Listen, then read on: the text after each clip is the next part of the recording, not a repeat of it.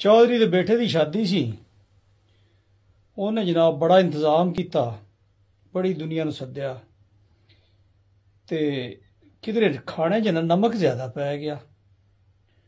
हुण लोग खावन तो कोई तो उहदे तलक दी वजह तो न बोले, कोई वैसे उहदी चौधरी दी हैबत या डर सी।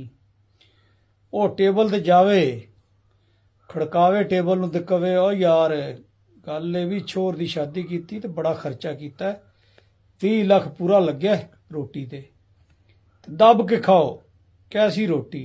नाट चौधरी साहब ठीक है माशाअल्लाह।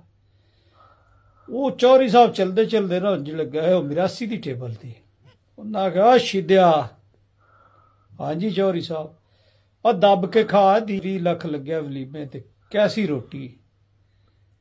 वो मिरासी मुड़ तुहानूं पता है जी कौम है। उन्हें हथ च बन्ने, उन्हें आख्या चौधरी साहब 20 लाख तुहाडा लग गया होना, लख का तो तुसीं विच लूण ही पा छड्डिया, लख का तो तुसीं विच लूण ही पा छड्डिया।